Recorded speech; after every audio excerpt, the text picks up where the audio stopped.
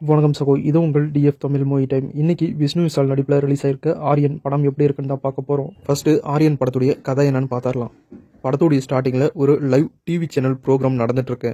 ரொம்பவே இன்ட்ரெஸ்டாக போயிட்டு இருக்கு. அந்த லைவ் ப்ரோக்ராமில் ஆடியன்ஸாக காட்டிருந்த ஒருத்தர் திடீர்னு கன்னோட எல்லாரையும் மிரட்டி அந்த லைவ் ப்ரோக்ராமுடைய ஸ்டுடியோவே ஹைஜாக் பண்ணுறாரு. ஹைஜாக் பண்ணது மட்டும் இல்லாமல் அந்த லைவ் ப்ரோக்ராமில் இன்னையிலிருந்து அடுத்த 5 நாளைக்கு நான் ஒவ்வொருத்தரையாக கொலை பண்ண போகிறேன். நான் யாரை கொலை பண்ண போகிறேனோ அவங்களுடைய பேரை ஒவ்வொரு நாள் சாயந்தரமும் அவங்கள நான் கொலை பண்ணுறதுக்கு 1 மணி நேரத்துக்கு முன்னாடி அவங்களுடைய பேரை சொல்லுவேன். முடிஞ்சால் அவங்க சாகிறத நீங்கள் தடுத்து பாருங்கள். நீங்கள் எவ்வளோ தடுக்க முயற்சி பண்ணாலும் அடுத்த 5 நாளைக்கு நான் ஒவ்வொருத்தரையாக கண்டிப்பாக கொல்லுவேன் அப்படின்னு லைவ் ப்ரோக்ராமில் சவால் விட்டுறாரு அந்த ஆள். அதுக்கப்புறம் நடந்த சுவாரஸ்யமான சம்பவங்கள் என்ன, போலீஸ் ஆஃபீஸராக இருக்கிற நம்ம ஹீரோ விஷ்ணு விஷால் இந்த கேஸுக்குள்ளே வந்ததுக்கப்புறம் அவருடைய இன்வெஸ்டிகேஷனில் தெரிய வந்த உண்மைகள் என்ன, அடுத்தடுத்து நடக்க போகிற அந்த 5 கொலையையும் நம்ம ஹீரோவும் போலீஸும் சேர்ந்து தடுத்தாங்களா, இல்லை அந்த கொலகாரன் நினச்ச மாதிரி அந்த 5 பேரையுமே அவன் கொண்டுட்டானா, அந்த கொலகாரனுடைய உண்மையான நோக்கம் என்ன, எதுக்காக அவன் இப்படியெல்லாம் கொலைகள் பண்ணிட்டு இருக்கான் அப்படின்னு ஹீரோ கண்டுபிடிச்சாரா, அந்த கொலகாரனை தடுத்தாரா அப்படிங்கிற இந்த எல்லா கேள்விக்கான பதிலையும் ஆரியன் அப்படிங்கிற இந்த படத்தை பார்த்து நீங்களே தெரிஞ்சுக்கங்க.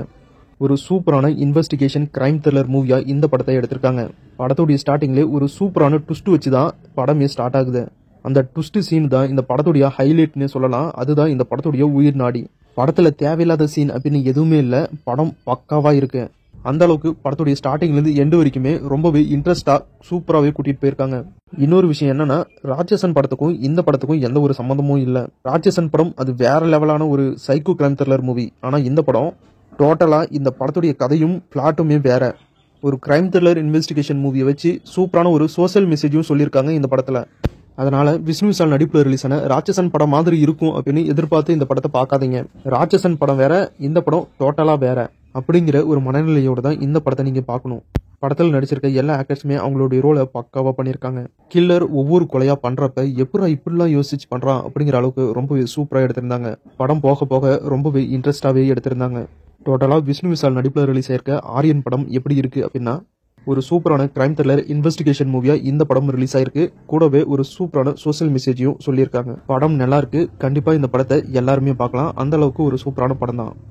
வீடியோ பிடிச்சா லைக் பண்ணுங்க, நம்ம சேனலுக்கு தொடர்ந்து சப்போர்ட் பண்ணுங்க, சப்ஸ்கிரைப் பண்ணுங்க. அடுத்த வீடியோவில் இன்னும் ஒரு சூப்பரான படத்தோட மறுபடியும் உங்களை சந்திக்கிறேன். இது உங்கள் TF Tamil movie time. Thank you.